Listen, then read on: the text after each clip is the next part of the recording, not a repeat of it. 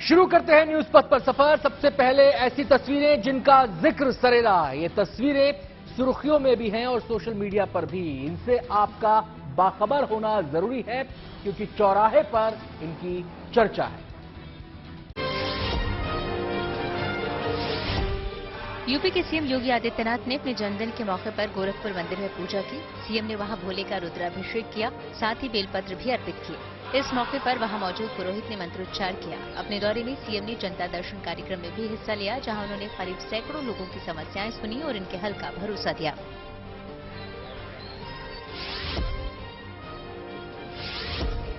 राजस्थान कांग्रेस में चल रही अटकलों के बीच कांग्रेस नेता सचिन पायलट मध्य प्रदेश के सतना पहुंचे, जहां उन्होंने अलग अलग मंदिरों में दर्शन किए। सबसे पहले पायलट ने मैहर में मां शारदा शक्तिपीठ में पूजा अर्चना की। सचिन पायलट के इस दौरे में राज्यसभा सांसद विवेक तन्खा भी मौजूद रहे। देवी के दर्शन के बाद अगले दिन सचिन पायलट वहां के हनुमान मंदिर खैरुआ सरकार पहुंचे और पूजा की। ऐसी मान्यता है कि खैरुआ सरकार में हर मनोकामना पूरी हो जाती है। इसके अलावा सचिन पायलट ने नकटी गांव में मां चंडी देवी की भी उपासना की।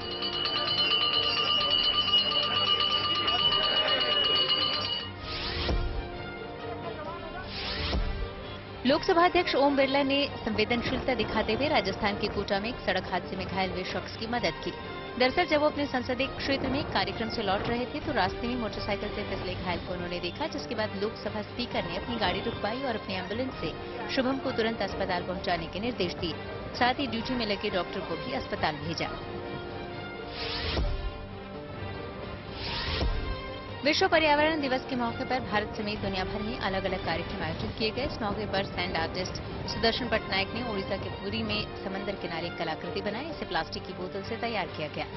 वहीं हिमाचल प्रदेश के सीएम सुखविंदर सिंह सुक्खू ने शिमला में एक साइकिल रन को हरी झंडी दिखाई। साथ ही बच्चों को स्वच्छता की शपथ भी दिलाई। तो बिहार के मोतिहारी में एक स्कूल में पौधारोपण कार्यक्रम किया गया। इस मौके पर छात्रों के साथ मिलकर फलदार और औषधीय पौधे लगाए।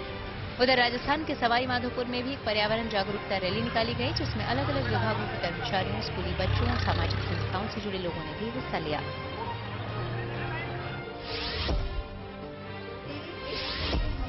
बिहार के मनेर में सूफी महोत्सव का आयोजन किया गया। इसका उद्घाटन राज्य के आपदा मंत्री शाहनवाज आलम ने किया। इस महोत्सव में गायक अल्तमश फरीदी और दूसरे कलाकारों ने समा बांध दिया। वहीं बड़ी संख्या में लोग जुटे। लोगों ने भी इस सूफी महोत्सव का लुत्फ उठाया।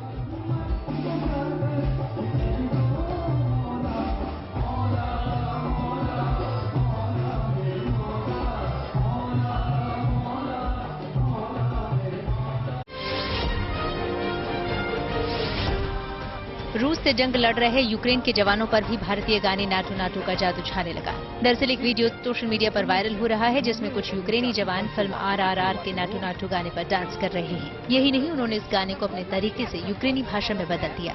जैसे ही ये गाना सोशल मीडिया पर वायरल हुआ तो फिल्म RRR के ट्विटर हैंडल से शुक्रिया भी अदा किया गया। जिंदगी का सफर सुहाना हो, इसके लिए सावधान रहना जरूरी है। रोजमर्रा की आपाधापी में कुछ देर बैठकर सोचना समझना भी जरूरी है कि आपके आसपास क्या हो रहा है और जो कुछ हो रहा है उससे हमारी जिंदगी, हमारा परिवार कैसे प्रभावित हो सकता है। इसलिए हॉर्न बजाकर बाखबर करने वाली खबर जरूरी होती है।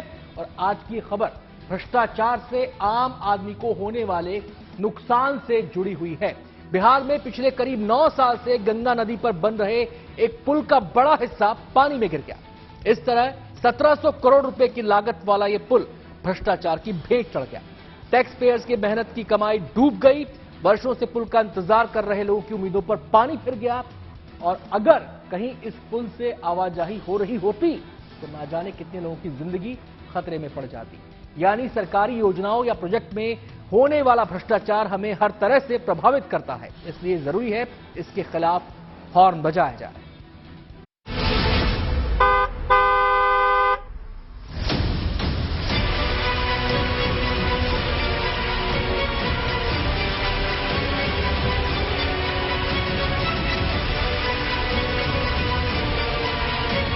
पुल के पाए में जब भ्रष्टाचार का दीमक लगता है तो उसके भरभरा कर गिरने में देर नहीं लगती। गंगा नदी पर बन रहे महासेतु का बड़ा हिस्सा देखते ही देखते पानी में समा गया। किसी की जान नहीं गई क्योंकि पुल अभी पूरी तरह बना ही नहीं है और ये भी कोई नहीं जानता कि कब तक बनकर तैयार होगा। लेकिन एक सवाल सभी के जहन में जरूर आया, अगर इस पुल से लोग आ जा रहे होते, गाड़ियां गुजर रही होती और तब ये पुल भर कर इसी तरह गिर जाता तो क्या होता? यकीनन एक बड़े हादसे की कल्पना ही डराने वाली है। रविवार की शाम बिहार में सुल्तानगंज को खगड़िया से जोड़ने वाले इस पुल के 4 पिलर ढह गए और स्ट्रक्चर पानी में गिर गया। लेकिन बिहार में ना तो ये पहला हादसा है, ना ही इस पुल का गिर जाना महज इत्तेफाक। खराब निर्माण को लेकर महासेतु की चर्चा लगातार हो रही थी। यहां तक कि विधानसभा में भी इसे लेकर सवाल उठाए जा चुके थे। फिर भी इस मामले में कोई सख्त कार्रवाई नहीं हुई। लेकिन ऐसा निर्माण कल किसी बड़े हादसे की वजह न बने, इसलिए जरूरी है हॉर्न बजाया जाए।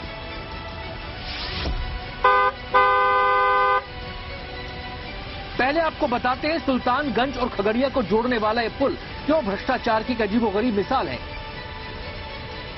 महासेतु का शिलान्यास साल 2014 में मुख्यमंत्री नीतीश कुमार ने किया था। करीब 1700 करोड़ की लागत से इसे एसपी सिंगला कंपनी तैयार कर रही थी। पहली डेडलाइन के हिसाब से इसे दिसंबर 2019 में पूरा हो जाना था, लेकिन इसकी तारीख टलती रही और 7वीं डेडलाइन 30 जून 2023 की थी। लेकिन पुल नहीं बन पाया। इसके बाद संभावना ये थी कि दिसंबर 2023 तक पुल बनकर तैयार हो जाएगा, लेकिन उससे पहले ही पुल जल में समा गया। लोग कह रहे हैं बेचारा भ्रष्टाचार का वजन नहीं उठा पाया। भ्रष्टाचार नहीं, इस पे बार बार भ्रष्टाचार किया गया है, जिसके वजह से ये पुल एक बार नहीं 2 बार टूटा है। कैसा बनाया है, खाली बालू है, गिट्टी का पता नहीं है। अब जो इंजीनियर को सैलरी देते हैं इतना इतना, वो क्या सुतल रहता है, क्या करता है? उस सब के गलती कारण नहीं सब हुआ। अगर वो चेक करते हर रोज कि अभी पुल बन रहा है, अब रोज जांच करता तो ऐसा घटना नहीं होता। घटना पे घटना जो हो रहा है, अब हम लोग जो है सब चीज हिम्मत भी खो चुके हैं कि अब हम लोग लगता है कि बनने के बाद भी नाव से ही सफर सही रहेगा। कि पुल पर जो स्थिति है इसमें तो जान ही जाना होगा। कोई इस बात का जवाब नहीं दे रहा कि पहली डेडलाइन खत्म होने के बाद जब करीब 4 साल का वक्त बीत गया, ये पुल आधा अधूरा क्यों है, और वो भी तब जब इसे मुख्यमंत्री नीतीश कुमार का ड्रीम प्रोजेक्ट कहा जा रहा है। पिछले 9 सालों में सरकारें बदली हैं, गठबंधन बदला है, पथ निर्माण विभाग के मंत्री बदले हैं, नहीं बदले तो बस मुख्यमंत्री नीतीश कुमार। लेकिन वो तो ऐसे दुख जता रहे हैं कि किसी से सवाल पूछते ना बने। ये फिर गिरा है, कल ही हमको पता चला है, तो तुरंत हमने विभाग के सब लोगों को कहा कि जाकर के देख लीजिए और तुरंत एक्शन लीजिए। ये कोई तरीका नहीं, अब तक तो हो जाना चाहिए था जी। बहुत हो गया है, देर हुआ है, तो काहे के लिए ऐसा कोई होता है, एजेंट कोई बना रहा है, इतना देर क्यों कर रहा है? मुझको बड़ा तकलीफ हुआ, इसलिए हमने कह दिया कि उसको तत्काल देखिए। और ठीक नहीं बना रहा, तभी रेट गिर जा रहा है भाई। मुख्यमंत्री को पता है कि पुल बनने में बहुत देर हो गई है, ये भी पता है कि निर्माण में तमाम खराबियां रही हैं, फिर भी शांत भाव से कार्रवाई करने का भरोसा दे रहे हैं। अब जरा डिप्टी सीएम, जो पथ निर्माण विभाग के मंत्री भी हैं, उनकी दलील सुनिए। कह रहे हैं वो पुल की हालत जानते थे और सरकार उसे खुद ही गिरा देती। पहले से ही हम लोगों को शंका थी कि इसमें डिजाइन में फॉल्ट है, उसलिए काफी स्ट्रक्चरल चीजें जो हैं तोड़े गए और हम लोगों का निर्णय था कि पूरी तरीके से तोड़ करके, क्योंकि बार बार कंप्लेन आ रहा था, माननीय सदस्यों ने दोनों बार जो है इस बात को दोनों सदस्यों ने विधानसभा में उठाया था, तो अब हम लोग निर्णय पे ले कि भाई नहीं, इसको पूरी तरीके से तोड़वा करके, क्योंकि कोई रिस्क नहीं लेना है, इसलिए पूरी तरीके से तोड़वा करके पुनः सिरे से हम लोग जो है कार्य को प्रारंभ करेंगे। डिप्टी सीएम ने अपने मंत्रालय और सरकार के बचाव की पूरी कोशिश की, लेकिन कुछ तथ्य अपनी जगह हैं। 30 अप्रैल 2022 को इस पुल का करीब 100 फीट का हिस्सा पानी में गिर गया था। कहा गया कि आंधी की वजह से यह हिस्सा गिरा था। फिर 3 जून 2022 को भी पुल का एक स्लैब निर्माण के दौरान गिर गया था। बात सरकार तक पहुंची और इसकी जांच आईआईटी रुड़की को सौंपी गई। मौजूदा सरकार कह रही है उसने खुद पहल करते हुए पुल के कुछ हिस्से तोड़ दिए, क्योंकि उनका निर्माण तकनीकी तौर पर सही नहीं था। लेकिन विपक्ष का सवाल है कि खराब तकनीक या मटेरियल की आशंका के बावजूद निर्माण क्यों जारी था। महासेतु इस लिहाज से अहम है क्योंकि ये दक्षिण बिहार को उत्तर से जोड़ता है। करीब 4 किलोमीटर लंबे इस पुल के बन जाने के बाद एक बड़ी आबादी को आने जाने की सुविधा मिल जाती, लेकिन ऐसा हुआ नहीं। या कहें कि लोगों का सपना भ्रष्टाचार की भेंट चढ़ गया। सवालों के घेरे में कंस्ट्रक्शन कंपनी भी है। तेजस्वी यादव जी और जो अभी माननीय मुख्यमंत्री जी हर काम का श्रेय लेते हैं, कि सब काम बिहार में हम ही किए, तो भैया इस पर भी जवाब देना होगा ना कि ये काम का जो पुल गिरा इसका भी विषय किसके माथे जाएगा। तो जब काम आपका होता है ताली आपको मिलना चाहिए और गाली बाकियों को, ऐसे चलेगा क्या। 2016 में डिजाइन बना तो फॉल्ट था, तो माननीय डिप्टी सीएम खुद ना बताना चाहिए कि 2016 का डिजाइन उन्होंने ही अप्रूव किया होगा ना। आपकी जिम्मेवारी क्या बनती है अगर दूसरे पर थोप रहे हैं। और जिस कंपनी की आप चर्चा कर रहे हैं, मोदी सरकार, चाहे वह महात्मा गांधी सेतु हो या औटा सिमरिया हो या सिरपुर दिघवारा हो, ये सारे NHAI का, ये सारे पुल तो उसी SP सिंगला कंपनी को भारत सरकार की मोदी सरकार ने भी कॉन्ट्रैक्ट अवार्ड किया है। सियासी आरोप प्रत्यारोप में भ्रष्टाचार का मुद्दा अक्सर पीछे छूट जाता है। महासेतु के गिरने के मामले में सरकार ने पल्ला झाड़ लिया है। जांच के बाद कार्रवाई करने का भरोसा यानी झुनझुना दे दिया गया है। लेकिन आपको जानकर हैरानी होगी कि बिहार में पुल पहली बार नहीं गिरा है। मई 2023 में पूर्णिया में निर्माणाधीन पुल घटिया सामग्री के इस्तेमाल की वजह से गिर गया। नवंबर 2022 में नालंदा में एक निर्माणाधीन पुल घटिया सामग्री की वजह से गिर गया। जून 2022 में सहरसा में बन रहे पुल का हिस्सा गिर गया, वजह घटिया सामग्री थी। ऐसे और भी कई हादसे हुए हैं। यानी जिस बिहार में सरकार सुशासन का दावा करती है, वहां पुल बनाने में भ्रष्टाचारियों की बहार है। ये परिस्थिति आम लोगों की सुरक्षा के लिहाज से खतरनाक साबित हो सकती है। इसलिए जरूरी है कि दोषियों को सख्त सजा मिले। सिस्टम को दुरुस्त करने के लिए जरूरी है और बजाया जाए।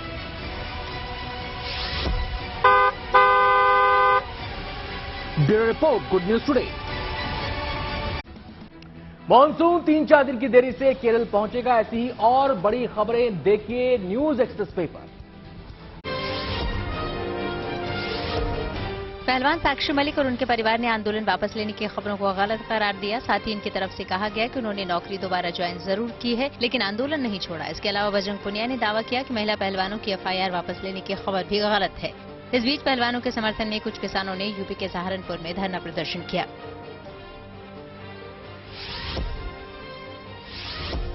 वाराणसी की MP MLA कोर्ट ने माफिया मुख्तार अंसारी को उम्र कैद की सजा सुनाई। उसे कांग्रेस नेता अजय राय के भाई अवधेश राय की हत्या के मामले में सजा मिली। यह हत्याकांड करीब 32 साल पहले 3 अगस्त 1991 को हुआ था, जब दिन दहाड़े अवधेश राय की उनके घर के सामने ही हत्या कर दी गई थी। बिहार में होने वाली विपक्ष की बैठक एक बार फिर से टाल दी गई। हालांकि JDU और RJD ने सफाई दी कि अभी कुछ दलों के नेता व्यस्त हैं। ऐसे में जब तारीख तय होगी तो ये बैठक की जाएगी। माना जा रहा है कि ये बैठक जून के आखिर में हो सकती है, लेकिन इस बैठक के पटना में आयोजित होने पर सस्पेंस है। सूत्रों के मुताबिक ये बैठक अब बिहार के बाहर आयोजित हो सकती है। इसमें 17-18 दलों के शामिल होने की संभावना जताई जा रही है। दिल्ली हाईकोर्ट से मनीष सिसोदिया को बड़ा झटका लगा। उन्हें अंतरिम जमानत नहीं मिली, लेकिन वो एक दिन सुबह 10 से शाम 5 बजे तक अपनी बीमार पत्नी से मिल सकते हैं। पर सिसोदिया इस दौरान मीडिया से बात नहीं कर सकेंगे। साथ ही मोबाइल से बात करने पर भी रोक होगी।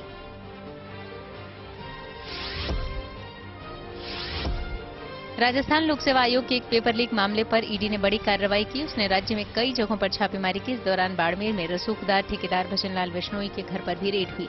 बताया जा रहा है कि उदयपुर की सेंट्रल जेल में बंद मुख्य आरोपियों से पूछताछ के बाद ईडी ने यह छापेमारी की। इस पेपर लीक मामले में राज्यसभा सांसद किरोड़ी लाल मीणा की शिकायत पर ईडी ने मनी लॉन्ड्रिंग का मामला दर्ज किया था। आरोप है कि ठेकेदार भजनलाल ने अपने एक रिश्तेदार को ये पेपर लीक करवाया था।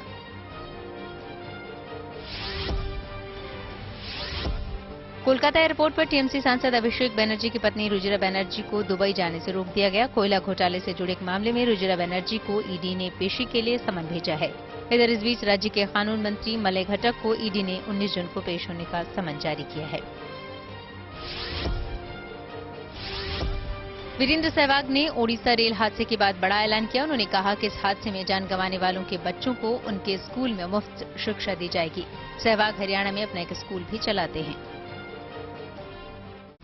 खबरों के एक्सप्रेसवे से आगे रुख करते हैं सियासी ढाबे का, जहां आज की सबसे दिलचस्प खबर मौजूद है। अमेरिका में वैसे तो राहुल गांधी मोहब्बत की दुकान वाली अपनी थियोरी समझा रहे हैं, लेकिन इसके साथ ही सरकार और प्रधानमंत्री मोदी पर उनके तीखे हमले भी जारी हैं। ट्रेन हादसे को लेकर भी उन्होंने सरकार पर तंज कसा है। न्यूज पथ पर आगे पब्लिक होर्डिंग पर कर्नाटक से जुड़ी एक जरूरी खबर है। कर्नाटक में कांग्रेस की सरकार ने अपने चुनावी वादों को पूरा करने के लिए कदम उठाने शुरू कर दिए हैं। इसी कड़ी में कर्नाटक की सिद्धरामैया सरकार ने महिलाओं से जुड़ी एक योजना को लेकर कदम उठाया है। कर्नाटक में सरकारी बसों में महिलाओं के लिए शक्ति योजना लागू करने के लिए आदेश जारी किया गया है। 11 जून से लागू हो रही शक्ति योजना के तहत कुछ शर्तों के साथ महिलाओं को कर्नाटक रोडवेज की बसों में मुफ्त सफर की सुविधा मिलेगी। कांग्रेस ने कर्नाटक चुनाव के दौरान महिलाओं को सरकारी बसों में मुफ्त सफर का वादा किया था और ये उन 5 वादों में शामिल है जिसे कांग्रेस की सरकार बनते ही लागू करने की बात कही गई थी। आदेश के मुताबिक योजना का लाभ पाने के लिए कर्नाटक का निवासी होना चाहिए। इसके साथ ही ट्रांसजेंडर को भी ये सुविधा मिलेगी। शक्ति योजना की लाभार्थी महिलाएं कर्नाटक राज्य के भीतर ही सरकारी बसों में मुफ्त सफर कर सकती हैं, राज्य के बाहर जाने वाली बसों में नहीं। इसके अलावा कर्नाटक रोडवेज की सभी लग्जरी बस सेवाओं को शक्ति योजना से बाहर रखा गया है। योजना का लाभ Bengaluru metropolitan transport corporation, Karnataka state road transport corporation, north west Karnataka road transport corporation और कल्याण कर्नाटक रोड ट्रांसपोर्ट कॉर्पोरेशन की बसों में मिलेगा। बेंगलोर मेट्रोपॉलिटन ट्रांसपोर्ट कॉर्पोरेशन के अलावा बाकी 3 कॉर्पोरेशन की बसों में 50% सीटें पुरुषों के लिए रिजर्व रहेंगी। अगले 3 महीनों में सरकारी पोर्टल सेवा सिंधु पर महिलाएं शक्ति स्मार्ट कार्ड के लिए आवेदन कर सकती हैं। शक्ति स्मार्ट कार्ड बनने तक योजना का लाभ लेने के लिए महिलाओं को केंद्र या राज्य सरकार की ओर से जारी कोई भी पहचान पत्र दिखाना होगा। न्यूज पथ पर आगे धन बाजार है, जहां शेयर बाजार से लेकर कारोबार तक की सभी अहम खबरें हैं और इसका सीधा रिश्ता आपकी आमदनी और जेब से है। तेज रफ्तार खबरों के बीच ये जरूरी खबरें छूट ना जाएं, इसलिए चलिए धन बाजार की भी खबर ले आए। हफ्ते के पहले कारोबारी दिन शेयर बाजार में तेजी देखने को मिली। सेंसेक्स 240 अंक चढ़कर 62,787 पर बंद हुआ। निफ्टी में भी तेजी रही। निफ्टी 60 अंक चढ़कर 18,594 पर बंद हुआ। सेंसेक्स के 30 शेयरों में से 16 में तेजी और 14 में गिरावट रही। दिल्ली सराफा बाजार में सोना 80 रुपए टूटकर 60,400 रुपए प्रति 10 ग्राम पर पहुंचा। चांदी की कीमत में भी 400 रुपए की गिरावट देखी गई। 1 किलो चांदी की कीमत 73,000 रुपए हुई। ओडिशा रेल हादसे के बीच सरकार ने हवाई किराए को लेकर कुछ निर्देश जारी किए। सरकार ने एयरलाइंस कंपनियों से वाजिब किराए रखने के लिए एक व्यवस्था बनाने को कहा। साथ ही एयरलाइंस सलाहकार समूह की बैठक में नागरिक उड्डयन मंत्री ज्योतिरादित्य सिंधिया ने देश में कुछ जगहों पर किराए में आए उछाल को लेकर चिंता भी जाहिर की।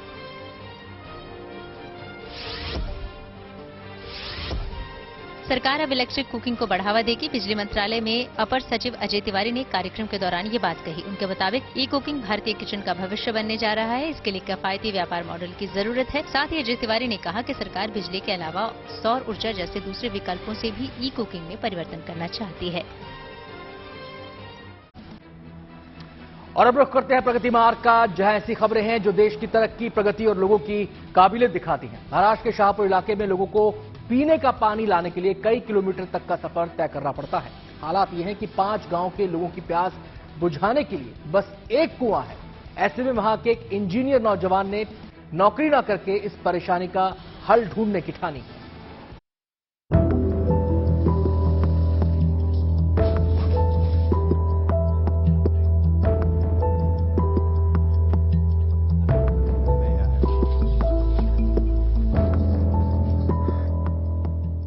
ये तस्वीरें दिल दुखाती हैं। हैरानी होती है कि ये तस्वीरें नए भारत की हैं।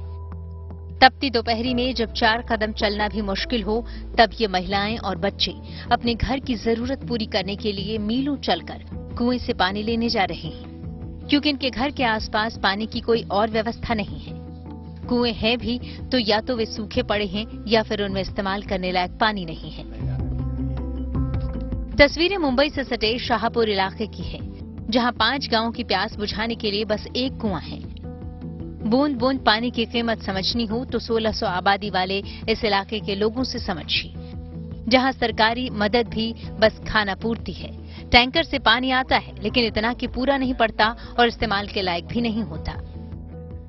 2 किलोमीटर पानी लाने के लिए जाना पड़ता है और पानी के लिए सुबह जाते हैं तो बच्चे भी रोते हैं, लेडीज को भी पॉसिबल नहीं होता, धूप भी बहुत लगता है और जो पानी लाते हैं वो कॉन्ट्रैक्टदार वो भी अच्छा नहीं रहता है। जो पानी जहाज से आता है वह इतनी गंदगी है कि वो पानी से वो लोग नीचे नहाते भी नहीं। इतनी गंदगी, नहाएगा तो भी खुजली आता है, इतना गंदा पानी देते हैं। उसमें पूरा भैंसों नहाते हैं, वो सब बच्चे लोग नहाते हैं, कपड़ा धोते हैं, और वही पानी उठा के हमको टैंकर से लेके आते हैं, इधर डालते हैं। और वो टैंकर भी आता है तो 10,000 लीटर का टैंकर, लेकिन उसमें पानी 4,000 लीटर भी नहीं आता है। और 5 गाँव को 4,000 लीटर पानी को हमसे बांटना पड़ता है।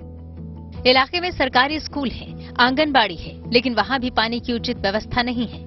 ग्राम पंचायत में पानी की समस्या को लेकर शिकायत होती है, लेकिन वहाँ भी बस टका सा जवाब मिलता है।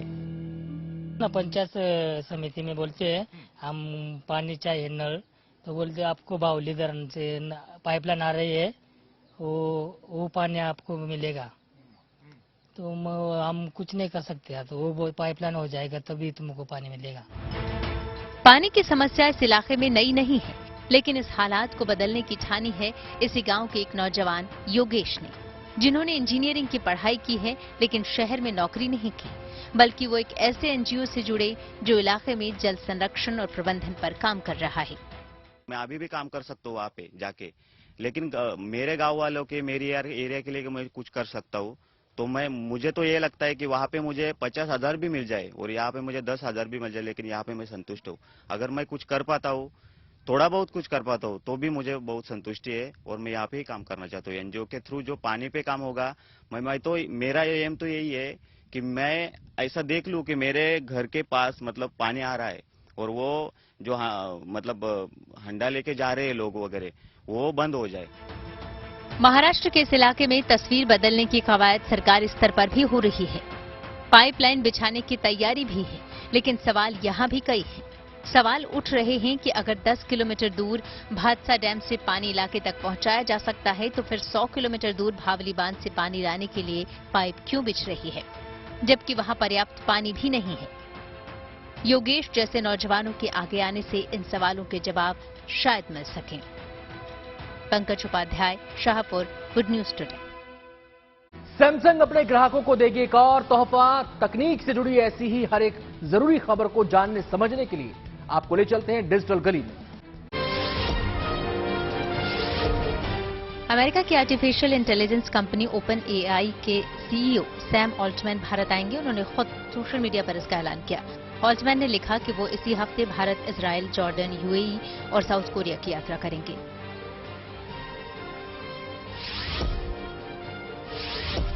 सैमसंग अपने ग्राहकों को एक और तोहफा देगी। Company Samsung Galaxy F54 5G को मंगलवार को लॉन्च करेगी। खबर है कि इसमें 108 मेगापिक्सल का कैमरा दिया गया है। इस स्मार्टफोन की बुकिंग पहले ही शुरू हो चुकी है।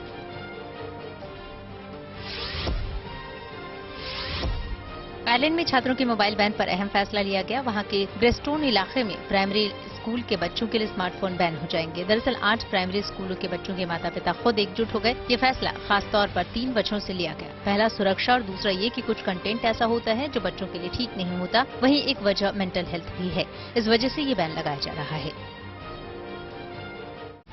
खबरों के एक्सप्रेसवे से आगे रुख करते हैं सियासी ढाबे का, जहां आज की सबसे दिलचस्प खबर मौजूद है।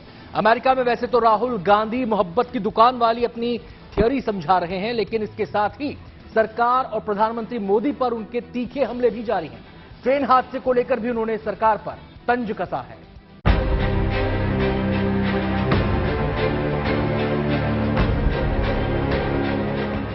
राहुल अमेरिका में हैं और इस यात्रा के दौरान हर रोज हमलों की नई किस्त से सियासी पारा हाई कर रखा है। ऐसा लग रहा है जैसे राहुल अमेरिका से देश में होने वाले चुनाव का एजेंडा सेट करने की कोशिश में है। न्यूयॉर्क में राहुल ने एक बार फिर प्रधानमंत्री पर तंज कसा। 24 घंटा when you were driving the car, you looked at the rear view mirror. Could you drive your car? You'd be having one accident after the other. The passenger would be saying, भैया क्या कर रहे हो? मरवा दिया आपने? Right? That is the phenomena of Narendra Modi ji. He is trying to drive the car, the Indian car, and he only looks in the rear view mirror. And then he does not understand why this car is crashing, not moving forward. And it's the same idea with the BJP. Rahul के बयानों पर सियासत भी खूब हो रही है। BJP पूछ रही है कि राहुल को चुनाव भारत में लड़ना है या अमेरिका में। उनसे आप कुछ भी पूछो, वो पीछे की ओर देखते हैं। उनसे पूछो भैया ट्रेन एक्सीडेंट क्यों हुआ, कहेंगे भैया वो देखो कांग्रेस ने 50 साल पहले ये किया। भैया टेक्स्ट बुक्स में से आपने पीरियोडिक टेबल एवोल्यूशन क्यों निकाल दिया, भैया कांग्रेस पार्टी ने 60 साल पहले ये किया। It is immediate there immediate response. भैया पीछे देखो। राहुल गांधी जी जिस तरीके की राजनीति करना चाहते हैं वो उनकी मर्जी है, लेकिन अगर आप देश से बाहर जाके हर चीज पे प्रधानमंत्री जी को, रूलिंग पार्टी को क्रिटिसाइज करेंगे, आप लड़ाई लड़ें, लेकिन आप अपनी जमीन पे रह के लड़ाई लड़ेंगे, क्योंकि ये हमेशा सिखाया जाता था कि जब आप देश से बाहर जाएं तो एकजुट होके जाए। लेकिन अगर आप इस तरीके की राजनीति करते हैं बाहर जाके, तो इससे ना तो आपको फायदा होगा ना ही देश को फायदा होगा। जानकार मान रहे हैं कि राहुल का अमेरिकी दौरा एक तरह से इमेज बिल्डिंग का हिस्सा है। इस तरह राहुल खुद को प्रवासी भारतीयों से भी जोड़ रहे हैं और साथ ही 2024 के लिए खुद को सत्ता के मजबूत दावेदार के तौर पर पेश भी कर रहे हैं और खुद की बनाई नफरत और मोहब्बत की थ्योरी को बार बार उछाल रहे हैं। आपने बीजेपी के मीटिंग में कभी आई लव यू सुना है? कभी सुना है? कांग्रेस के लोग एक दूसरे बात करते हैं, I love you brother, I love you brother, I love you brother. तो यही हिंदुस्तान है, नफरत के बाजार में मोहब्बत की दुकान। आप हिंदू मुस्लिम को डिवाइड करने की बात करते हैं और एक तरीके से विभाजन के समाज में डिवीजन हो, इस बात को आप प्रयास करते हैं और ऊपर से आप कहते हैं कि हम मोहब्बत की दुकान चला रहे हैं। अरे आप नफरत का मेगा शॉपिंग मॉल खोल करके बैठे। राहुल गांधी ने देश में हुए ट्रेन हादसे की बात भी न्यूयॉर्क में उठाई। पहले ट्वीट करके रेल मंत्री का इस्तीफा मांगा, फिर प्रवासी भारतीयों के सामने प्रधानमंत्री पर तंज कसा। I remember a train accident when the Congress party was in power. The Congress party did not get up and say, now it is the fault of the British that the train has crashed. No, the Congress minister, I remember, said, it is my responsibility the train has crashed, I'm resigning. Irresponsible statement करनी, वो जिसके बात के जिसको कह रहे हैं, जिसका इस्तीफा मांग रहे हो, 36 घंटे से वहां अपने पैरों पे खड़े हैं, वहां से निकले नहीं है। भाई साहब ये कोई बात करने वाली है? और किसने इस्तीफा दिया किसने नहीं दिया मैं आपको क्या बताऊं। हालांकि बीजेपी सवाल उठा रही है कि अगर राहुल को रेल हादसे का इतना ही अफसोस है तो एक बार ग्राउंड पर आते, रेल पीड़ितों से मुलाकात करते, पर वो अमेरिका में पार्टी करने में व्यस्त है। हालांकि कांग्रेस के नजरिए से देखें तो राहुल का अमेरिकी दौरा रणनीतिक तौर पर कामयाब हो रही है। कांग्रेस को लगता है कि राहुल का ये नया अवतार उन्हें विपक्ष के नेता के तौर पर स्थापित करने में मदद करेगा। Bureau report, good news today. News पर अब सोशल अड्डा पर थोड़ा रुकते हैं और आज के मुद्दे पर लोगों की राय जानते हैं। सोशल अड्डा में आज का मुद्दा शहर में घूमने फिरने के लिए बने पार्क से जुड़ा है। लखनऊ में पब्लिक पार्क की देखरेख के लिए नगर निगम ने एक नई पहल की है। इस पहल के जरिए आम लोग लखनऊ में पब्लिक पार्क को गोद ले सकते हैं। गोद लेने वाला व्यक्ति या संस्था पार्क का नाम अपने किसी परिजन के नाम पर रख सकता है। पार्क का रखरखाव करने की जिम्मेदारी गोद लेने वाले व्यक्ति या संस्था की होगी। लखनऊ की मेयर सुषमा खरकवाल की इस पहल से नगर निगम के खर्च में तो कटौती होगी ही, इसके साथ ही शहर के पार्कों की देखरेख में शहर के लोगों की भागीदारी बढ़ेगी। मेयर के मुताबिक अभी लखनऊ में ऐसे कई पब्लिक पार्क हैं जिनकी फंड की कमी की वजह से देखरेख नहीं हो पा रही, जबकि आसपास रहने वाले लोग अपने खर्च पर इन पार्कों को संवारने में दिलचस्पी दिखाते हैं, लेकिन नियमों की वजह से ऐसा नहीं कर पाते। इस मांग को लेकर नगर निगम में कई लोगों ने पत्र लिखे, जिसके बाद मेयर ने पार्कों को गोद लेने की पहल की शुरुआत की। इस पहल के तहत किसी भी नागरिक, सोसाइटी, प्राइवेट या सरकारी संस्था को पार्क का रखरखाव करने के लिए गोद दिया जा सकता है। लखनऊ में पार्कों के रखरखाव को लेकर शुरू की गई इस पहल के बारे में लोग क्या सोचते हैं, इस पर हमने कुछ लोगों से बात की और उनकी राय जानी। कैसी ये पहल है आपको लगता है? पहल अच्छी है, पर इसे ये भी हो सकता है कि नगर निगम के जो मेयर हैं या नगर निगम के लोग जो हैं रख रखाव जिनकी जिम्मेदारियां हैं वो जिम्मेदारियां से कटना भी चाहते हैं, पर ये नागरिकों के लिए ठीक है कि ये रख रखाव रखें, जो कम से कम लोग जो हैं सामाजिक तौर पे लोग बढ़ चढ़ के हिस्सा लें। इसका बगल के पार्कों का स्थिति बड़ा खराब है, बड़ा जर्जर स्थितियां हैं, उसमें लाइटें गड़बड़ हैं, फिर बैठने के लिए उचित व्यवस्था नहीं है और फूल पत्तियां भी उसमें खत्म हो चुकी हैं। तो इससे क्या होगा कि लोग थोड़ा सामाजिक कार्यों के लिए थोड़ा आगे आएंगे। अच्छा रहेगा, आसपास की जो पार्कें हैं सही हो जाएंगी तो बच्चे भी वो लोग खेलने कूदने के लिए उनको अच्छा लगेगा, शाम को आएंगे टहलेंगे और सब बढ़िया रहेगा। ये अच्छी सोच है। अच्छी सोच है। आप बताइए, आप एक युवा हैं, जिस तरह से बात की जा रही है कि हर चीज में जन सहभागिता की बात होती है, तो घर के आसपास के पार्क्स को आप मेंटेन करें, अपने परिजनों के नाम पर नामकरण भी निश्चित अवधि के लिए कर सकते हैं। क्या आपको लगता है ये सॉल्यूशन है या अच्छी पहल? जैसे हर एक सिक्के के दो पहलू होते हैं, तो इसको भी हम दो पहलू से देख सकते हैं। एक तरफ से जनता का फर्ज बनता है कि वो अपने आसपास की चीजों को साफ सुथरा रखे, लेकिन ये क्योंकि नगर निगम के अंडर में आता है तो उन्हें इसके लिए पे भी किया जाता है, तो ये उनकी जिम्मेदारी पहली प्रायोरिटी पे बनती है कि वो उसको साफ सफाई, उसकी मेंटेनेंस पे काम करें। और दूसरी तरफ अगर ये जनता को उससे जोड़ रहे हैं और एक तरीके से सोच सकते हैं हम, अगर वो ये कह रहे कि एक निश्चित अवधि के लिए हमारे किसी भी सदस्य के नाम पे हम कर सकते हैं, तो वो कहते हैं ना रिश्वत देना, उस टाइप का मन में ला रहे हैं कि हाँ, एक बच्चा कोई भी होगा वो सोचेगा कि हाँ, हमारे इस कर्तव्य से हमारे परिजनों के नाम पे हम ये करवा सकते हैं, तो वो उसके लिए यानी कि जिम्मेदारी एक तय कर दे रहे हैं और इसके लिए एक बात है। आपको लगता है कि ये सही है? मैम सही क्या है, जैसे जिम्मेदारी दे रहे हैं तो, लेकिन नगर निगम पहली जिम्मेदारी नगर निगम की ही बनती है ना, कि भाई इसका जो खर्च का जो रुपए पैसे आता है उसका, तो पहली जिम्मेदारी तो उन्हीं का कि वही उसको देंगे। लेकिन जैसे केवल 5 साल के लिए दे रहे हैं तो एक प्रकार जान लीजिए कि ठेकेदारी की तरह कर रहे हैं आप, पूरा हमेशा के लिए तो नाम देंगे नहीं, 5 साल बाद फिर नाम बदल देंगे।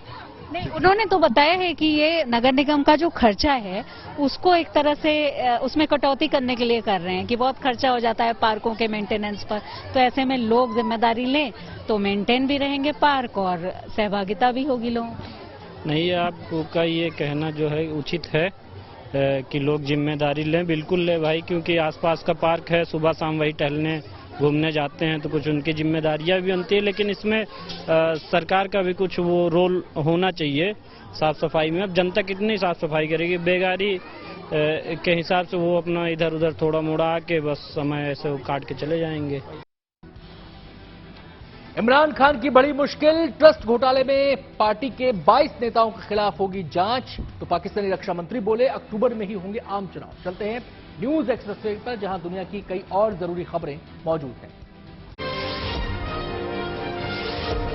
राष्ट्रपति द्रौपदी मुर्मू अपने पहले विदेश दौरे पर सूरीनाम पहुंची, जहां उनका जोरदार स्वागत किया गया। राष्ट्रपति का ये 3 दिनों का दौरा है। इस दौरे में दोनों देशों के संबंधों को और मजबूती देने की कोशिश की गई। सूरीनाम के राष्ट्रपति छेन सेनतोखी ने उनसे मुलाकात की। इसके अलावा राष्ट्रपति द्रौपदी मुर्मू की कई और नेताओं से भी मुलाकात हुई। सूरीनाम के बाद राष्ट्रपति बुधवार से सर्बिया के दौरे पर रहेंगी। चीन और अमेरिका के बीच एक और विवाद सामने आया। इस बार चीन ने फिर अमेरिका को उकसाने की कोशिश की। अमेरिका ने दावा किया कि चीन का युद्धपोत ताइवान के पास समंदर में अमेरिकी पोत के पास से असुरक्षित तरीके से गुजरा। यह घटना उस वक्त की है जब अमेरिका और कनाडा की नौसेना वहां संयुक्त अभ्यास कर रही थी। दावा है कि इसके बाद टक्कर से बचाने के लिए अमेरिकी पोत को धीमा करना पड़ा।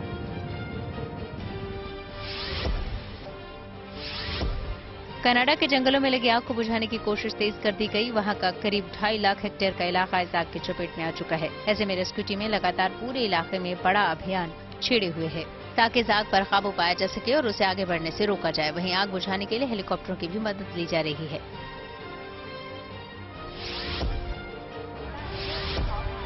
थाईलैंड की राजधानी बैंकॉक में एक रंगारंग परेड निकाली गई। यह परेड समलैंगिक समुदाय ने निकाली। इसमें समलैंगिकता का जश्न मनाने के लिए हजारों लोग सड़कों पर उतरे।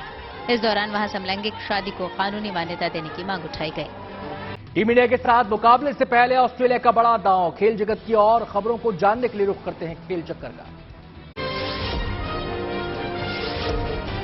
वर्ल्ड टेस्ट चैंपियनशिप फाइनल से पहले एंडी फ्लावर ऑस्ट्रेलियाई टीम के साथ बतौर सलाहकार जुड़ गए। ये मैच भारत और ऑस्ट्रेलिया के बीच बुधवार से खेला जाएगा। कहा जा रहा है कि फ्लावर आगे भी टीम के साथ जुड़े रहेंगे। वो एशेज सीरीज में भी ऑस्ट्रेलियाई टीम की मदद करेंगे।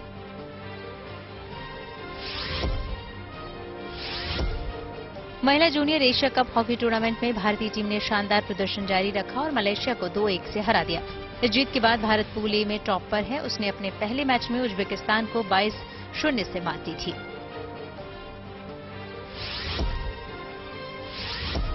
आईपीएल में गुजरात टाइटंस के तेज गेंदबाज यश दयाल ने एक विवादास्पद पोस्ट के बाद माफी मांगी और दावा किया कि उनका इंस्टाग्राम हैंडल हैक हुआ था। इसी पोस्ट के बाद कई लोगों ने सोशल मीडिया के जरिए उनकी आलोचना की थी, लेकिन फिर तुरंत ही इस विवादास्पद कार्टून को हटा दिया गया था।